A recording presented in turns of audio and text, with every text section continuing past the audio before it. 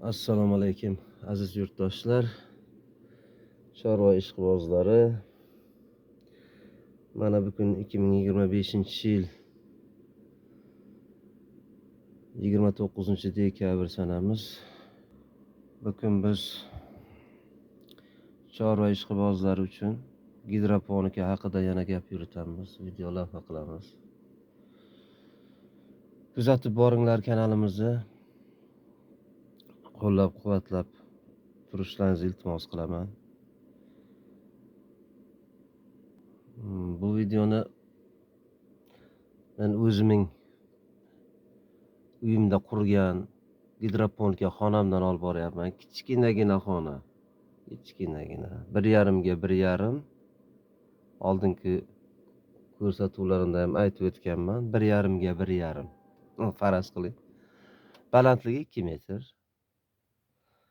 Shundan 7 ta paddonimiz bor mana. Mana bu bitta, ikkinchi paddon 3, 4, 5, 6, mana bunisi 7. 7 ta paddonimizda har bitta paddonimizga 5 kilogramm bug'doy eziladi. Mana shu 5 kilogramm bug'doy shu. 5 kilogramm. 5 kilogramm bug'doyimiz o'rtoqlar 22 kilogrammdan 25 kilogrammgacha bo'lyapti endi men. Tarozdan o'tilgan vaqtim shuncha kilogramm kelyapti. Endi gidroponikamizning qurilishini, ishlash jarayonlarini qisqacha qilib tushuntirib o'taman. Agar qiziqadiganlar bo'lsa, uyimda men ham qilaman, shuni qish oylarida yashillik beraman molimga, chorvalarimga. Bu juda zo'r, effekti zo'r ekan. Chorva mollariga men effektini ko'ryapman o'zim, tovuqlarga, mayda mollar, echkilarimga beryapman. Juda yaxshi oziq ekan. Otasiga rahmat, shu gidroponikani mana shu video lavha qilib internetda qo'yib, ancha-muncha tavsiyalar berib, xizmat qilgan insonlarga mingdan-ming rahmat aytaman. Umrlaridan baraka topishsin iloyim. Xo'sh, mana bu paddonlarimiz. Bu oddiygina har bir inson, uyida chorvasi bor inson qilishi mumkin bo'lgan ish. Mana oddiy, men hech qanday buni bozordan sotib olmaganman. Sotib olgan narsalarimni aytib o'taman hozir. Sotib olgan narsam nima? Mana bu plastik, mana bu plastik dekor deydi.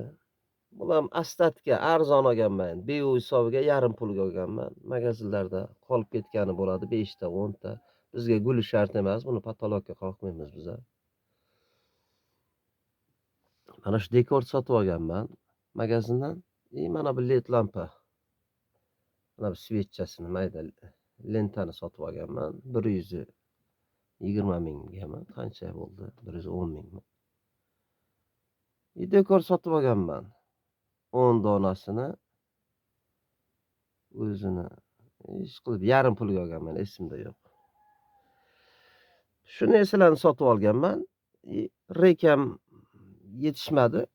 Reyka sotib oldim ozgina. Mana shu reykalardan. Tamom. Qolgani o'zimning uyimdan chiqqan BU mahsulotlar, mana parnigimdan chiqqan salafan, mana parnigimdan chiqqan salafan 5 qat, ichiga 2 qat salafan urdim. Tashqarisiga 3 qat. O'zi DSPdan taxlangan yashigim bor edi. Biogomis boqqanman bir paytlar. O'shaning yashiklaridan 1,5 ga 1,5, balandligi 1 yashiklarim bor edi. Biogomis solganman. Ichiga biogomis, Kaliforniya qizil chuvalchangi boqqanman. O'shaning yashigining ikkitasini bir-biriga ustiga chiqarib 2 metrlik qilib, 1,5 ga 1,5, balandligi 2 metr qilib, tashqarisiga salafan qoqib, ichkarisiga ham salafan qoqib, ana shundan bitta xonacha qilganman. Altlariga anamda eshik qo'yib, mana eshigim. shundan bitta xonacha qilib o'zimning chorvalarim uchun, parrandalarim uchun ana shuni biogomus astag'firulloh. Ana shunday bug'doy ko'kartirib, gidroponika usulida arzon oziqalar yetishtirib chorvalarimni boqyapman. Kuniga 2 mahal yeydi hozir. Ertalab soat vaqtimiz 7:30 ekan. Buni hozir 8:30 da beramiz. Mollarimizni pichoq bilan maydalab, mana shu partiyamizni beramiz hozir mana. Tag qismlarini ko'rsataman. Qarang qanday yaxshi oziqa. Men kuniga 5 kilogramm bug'doy yutib qo'yaman. Har kuni 5 kilogramm. Chunki uzluksiz endi har kuni yetishib boradi. Har kuni bir paddonimiz 25 kilo, 20 kilodan 25 kilogacha mana shu yetishtirilgan gidroponikada yetishtirilgan bug'doyimizni chorva mollarimiz iste'mol qiladi kunda.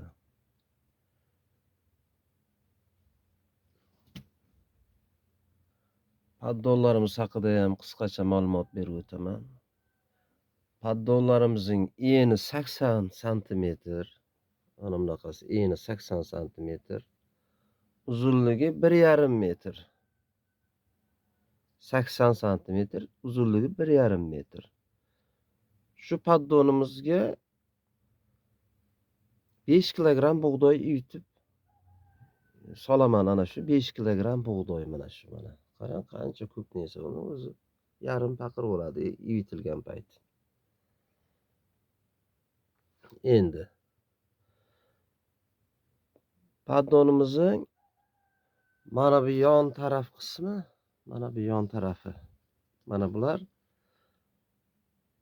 devorga qoqiladigan karnez, pardalarga iladigan bozorda bor karnez. Buni ham aytib o'tmaman, sotib olganman buni. Donasini 10 mingdan olganman. Bu karnezni 2ga kesganman o'rtasidan. Mana bu yerdan kesilgan, 2ga kesib shurup bilan qotirilgan. Killay ishlatmaganman men umuman. Kerak emas, shart emas. Mana hozir ko'rsataman qotirilgan joyini. Mana shurup ko'ryapsizlar, mana shurup. Mana. Har 30 santimetrdan 40 santimetrdan bitta shurup qoqqanman. Mana shurup bilan to'xtabdi. Mana. Unga killay ortiqcha ish kerak emas, ortiqcha tashvish shart emas. Prosta dona chiqib ketmasligi uchun qo'yiladigan bir zashita, himoya.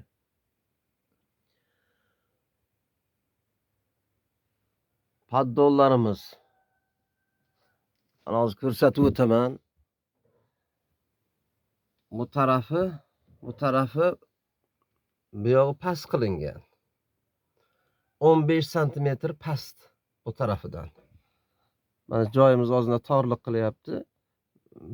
Bu tarafi baland, suv oqib ketish uchun. Nima uchun deganda, bu yerdan suv quyilgan payti, men hozir suv sepish jarayonini ham ko'rsatib o'taman. Bu tarafi baland qilingan.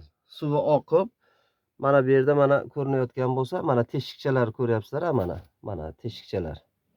Mana suv oqib bu paddonga tushadi. Bu paddondan oqadi. Bu endi kecha qo'yilgan. Buni tagida bug'doyimiz bor. Ustida plastik qo'yilgan. Qorong'ida turadi, 2 sutka turadi. Bundan oqib keladi, mana bunda ham shu. Buni ham ber teshilgan. Shunda oqib keladi. Eng birinchiga tushgandan keyin o'zi aslida suv mening mana bu yerda mana teshikchalar ko'ryapsizlar mana. Tagida buning varanka qo'yilgan. Varanka bilan chiqib teshqorga kanalizatsiya qilganman. Chiqib ketadi molxona tarafga.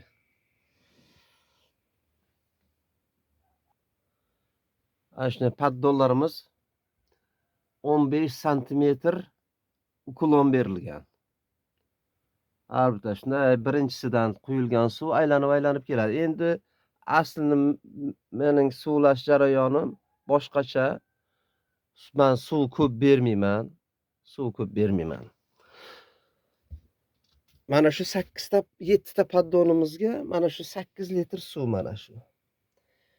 Mana shu bachokchamizda bu issiqxonalarda ko'proq ishlatiladi. Issiqxonamga olganman buni. Mana bu 8 litrlik suv purkagichda suvliman. Bundan suv oqmaydi, endi oqadi, kam oqadi. Ustidan sepib chiqaman. Juda effekti zo'r bo'lar ekan. Bir tarafdan quygandan, suv tagidan o'tib ketgandan ko'ra ustidan sug'orish kerak ekan. Men shu ustidan sug'orishni maslahat beraman. Ustidan xuddi go'yoki yomg'ir yoqqanday suv sepsa juda zo'r bo'lar ekan effekti. Men shuni tajribamdan chiqib aytyapman. Bir tarafidan past oldidan suv berib ham ko'rdim. Yo'q, uni ustidan mana suv tomchilarini ko'ryapsizlarmi mana? Mana buni esa mana suv. Bu suvdan buning yagona ozuqasi suv buning. Boshqa ozuqasi yo'q. O'shaning uchun suvni ustidan sepishni maslahat beraman. Hozir men sizlarga suv sepish jarayonini ham ko'rsatib o'taman. Endi albatta yonimda operatorim yo'q. O'zim bir qo'limda telefon tutib mana buni ishlatish kerak. Hozir qiyinchilik bo'lyapti, endi boricha ko'rsataman.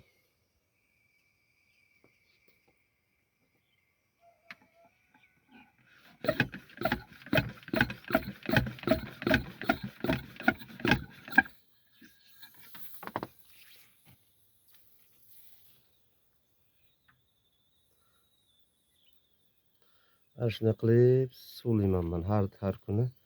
Kuniga 3 mahal suv sepaman ustidan. 8 litr suv ustidan sepib chiqaman shunday qilib.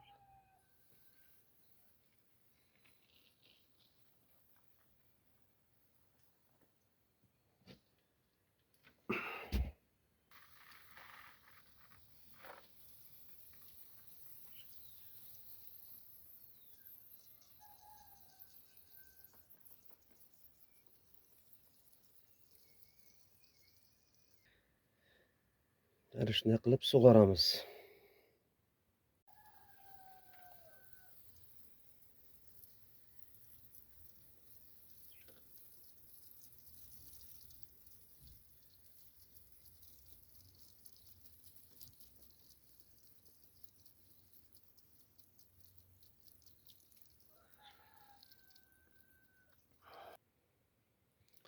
Endi gidroponikani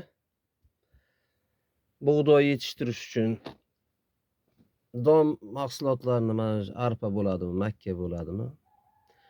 Gidroponikada yetishtirish uchun asosan e'tiborni nimaga qaratishimiz kerak? Shular to'g'risida aytib o'taman. Uning bir chuqur siri yo'q, hech qanday. Birinchi navbatda e'tiborni qaratadigan joyimiz bizning mana shu narsa bo'lishi kerak. Bu bo'lmasa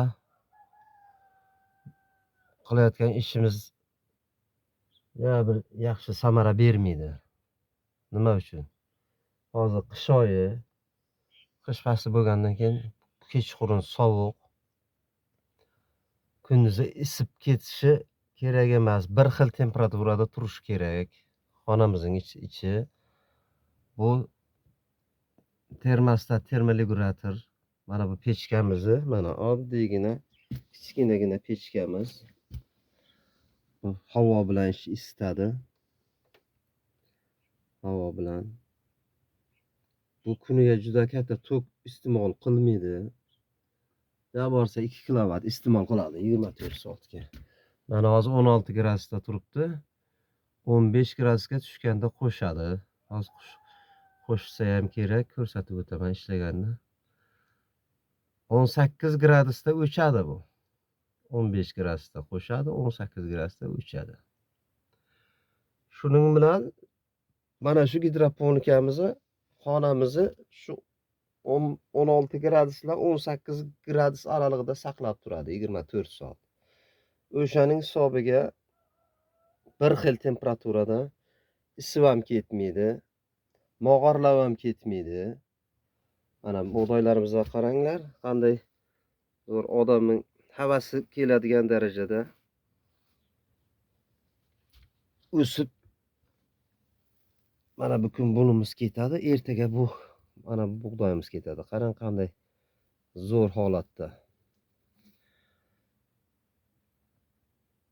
Endi bug'doylarimizni 12 soat, 15 soat, 24 soat ham farqi yo'q. Ivitib qo'yaman. Bir sutka. Ko'p payti 12 soatda ham olaman. Vaqtimga qarab. Va ana shunday qopga solib 2 sutka dimlab qo'yaman. Ustiga ana shunday nimam bor. Mana oddiy mana xaltada 2 sutka dimlab qo'yaman. Ana shu bug'doyimiz, ana shu bug'doyimiz. Bir narsani aytib o'tmoqchiman sizlarga. Ana shu 5 kilo bug'doyimiz 2 sutka qolib ketdi. O'zim ma'lum sabablarga ko'ra bir sutka bir ish bilan ketib qoldim. Uyimdagilar ham esidan chiqibdi. Mana shu paqirda qolib ketdi. Kecha keldimda olib qo'ydim mana 2 sutka. 2 sutka suvning ichida to'xtadi. Hech nima bo'lmas ekan. Qarang qanday zo'r. Bir sutka dimlandi, bir sutkada bukun olib yozdirsak ham bo'ladi. Demak, buni boshqacha qilib, buni shart emas ekan 12 soat, 20 soat, 12 soatdan o'tmazi kerak degan gaplar hammasi quruq gap ekan. Chunki men o'zim buni eksperiment sifatida 2 sutka qo'yganim yo'q. 1 sutka bo'lgan payti men ish bilan ketib qoldim 1 sutkaga. Kecha ertalab kelib obedlarga yaqin shuni oldim qopga. Mana qopga solib qo'ydim. Hali 1 sutka bo'lgani yo'q bukun. Hali yana bir 4-5 soatdan keyin 24 soat bo'ladi. Mana shunchani ishlabdi. Demak 2 sutka suvda qo'ysa ham bo'lar ekan. Buni vaziyatga qarab, shunday qilib bir ko'ramiz. Qani qaysining effekti zo'r bo'ladi. Agar 2 sutka uyitib qo'yilgan bug'doyning effekti zo'r bo'lsa, keyin o'sha usulda qilib ko'kartirib boraman. Juda zo'r ishlagan bu. 2 sutka to'xtagani. 1 sutka to'xtagan bug'doy bu darajada nish urmaydi. Bu darajada nish urmaydi. Men o'ylagan edim, endi mana shu 5 kilo bug'doyimiz bu yaroqsiz holga keldi. Bu aynigan bo'lsa kerak, aynimagan bo'lsa ham endi ko'karmasa kerak, nish urmasa kerak deb o'ylagandim. Yo'q, 100%, 100% nishlagan. O'zim ham ko'rib xursand bo'lib ketdim. Hozir ana shu video davomida ochib ko'rdim o'zim ham. Nish urdim ekan yo pulg'ar bo'lib qoldim ekan degandim, yo'q. Kayfiyatim zo'r ko'tarildi.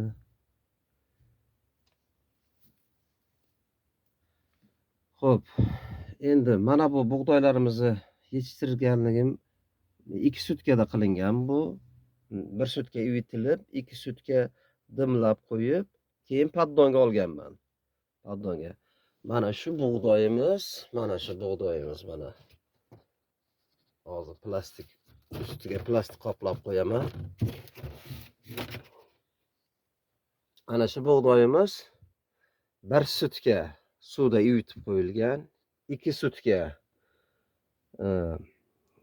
dimlab qo'yilgan. Kecha olganman. Mana shu bug'doyimni kecha yozdirib qo'yganman. Bugun obeddan keyin 1 sutka bo'ladi yana.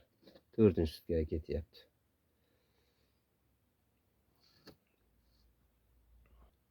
Endi 2 sutka üstü yopiq holda turadi. Mana shunday plastigim bor. Ustini shunday bekitib qo'yaman. 2 sutka.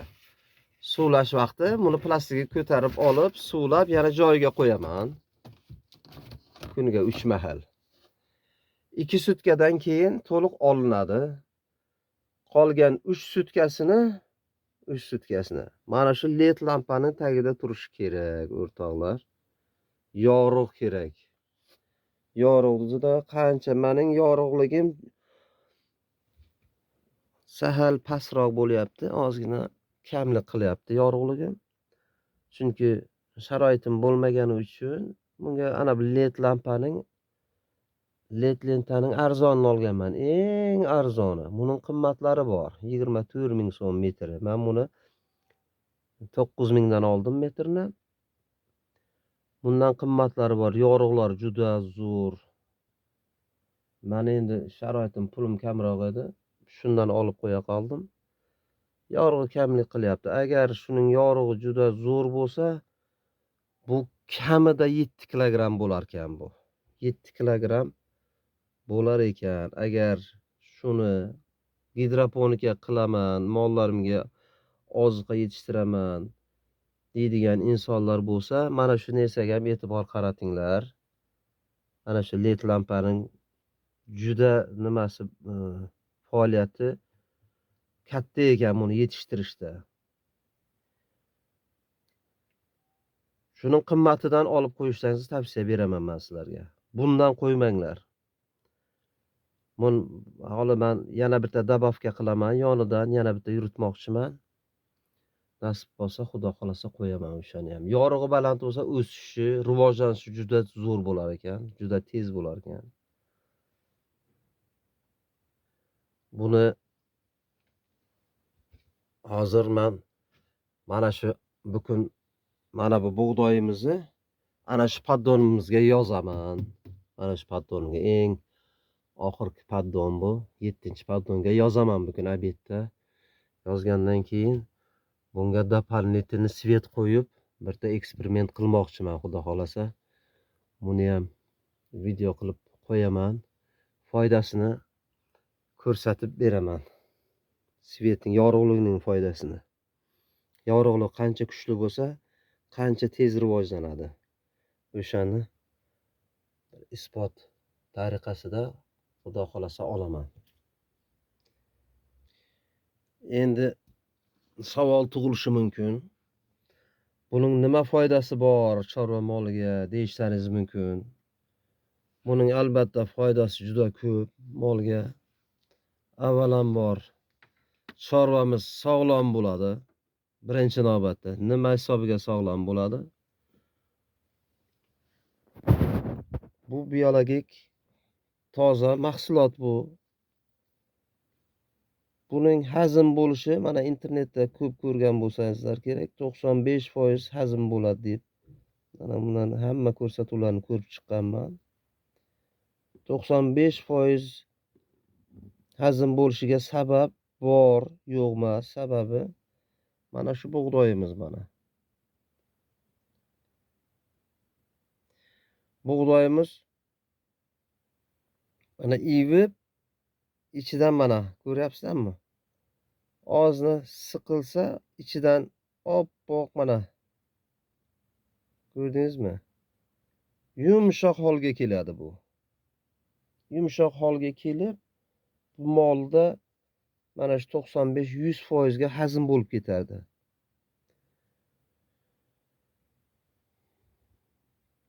Oqsilga boy. Oqsilga boy. Mollarda o'zgarishi men o'zim hayotiy mana shu hozirgi tajribamdan kelib chiqib aytaman, 100% men mollarimda ko'ryapman shu narsani.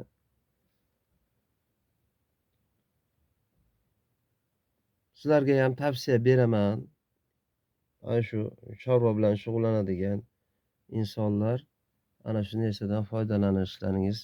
Hozir mana yemimiz qimmat, tan olishimiz kerak o'rtoqlar. Yem qimmat bozorda. 5,5-6 ming so'm kunjara olgandan ko'ra bug'doy olgan ma'qul.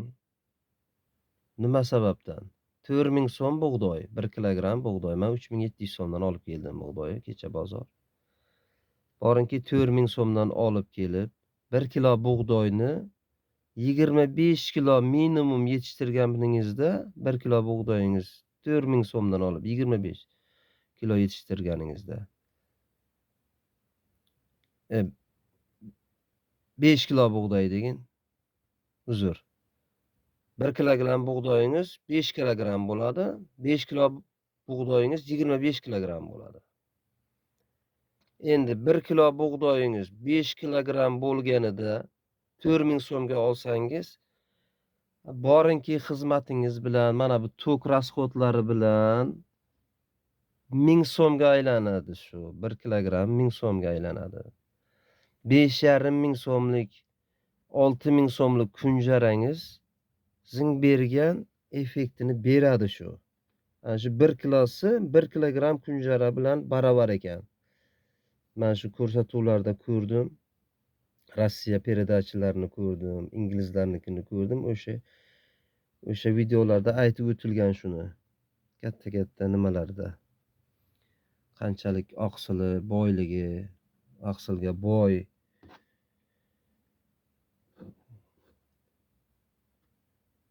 Keyin ham buning mana yangi tuqqan mollarimiz, buzoqchalarimizning o'sishiga juda katta foydasi bor. Sutiga foydasi bor. Mana sog'iladigan mollarimizning sutiga foydasi bor. Buni ham ko'ryapman men. Suting ichida yog' miqdori oshib ketadi. 30-35% gacha sutini ko'paytiradi. Chorva mollari.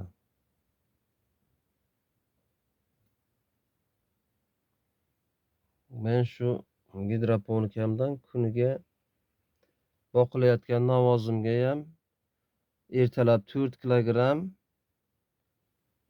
kechqurunga 4 kilogram beryapman. Doполнительно o'zi atalab beraman. Arpa bilan bug'doy yormasidan atalab pishirib beraman.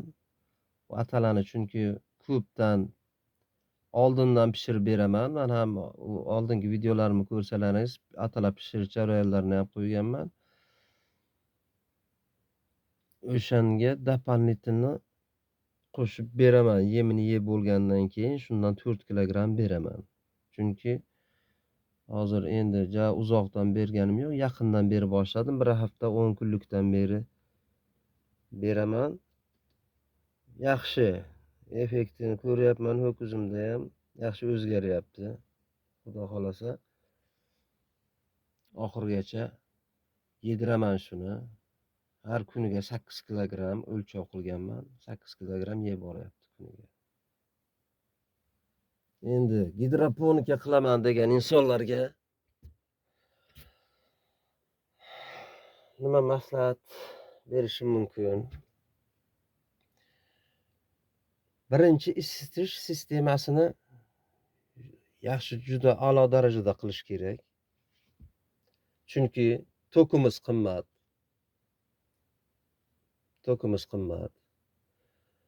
Bunga pechka yoqib, o'tin yoqib qilish qiyin masala.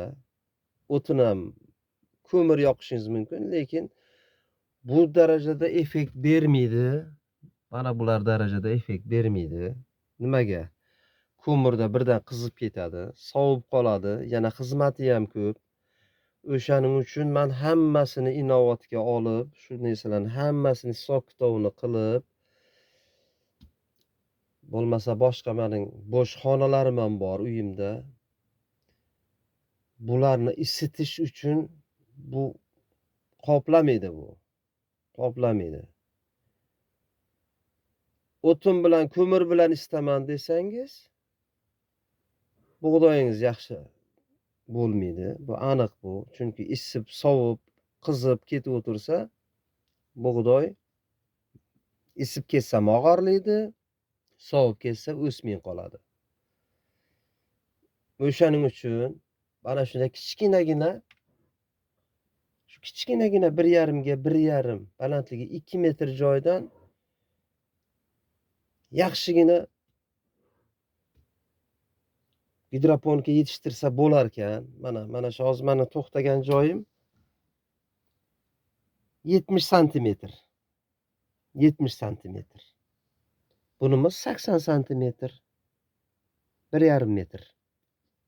O'pshi. Bemalol ishlashimga, shu yerda bug'doy yozdirishimga, sug'orishimga va bug'doyni mana shu yerdan tortib olib, mana shunday mana chiqarib olib mollarga olib ketishimga joyim yetarli.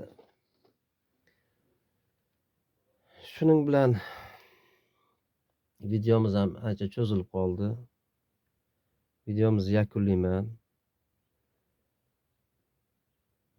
Qo'ldan kelgancha ana shu gidroponika haqida videolar qilib boraman. Qo'llab-quvvatlab turinglar. Tushunmagan, qiziqqan joylaringiz bo'lsa kommentariya yozinglar. Javob beraman. Video qilib qo'yaman o'sha joylarni. Mayli, sog' bo'linglar, salomat bo'linglar.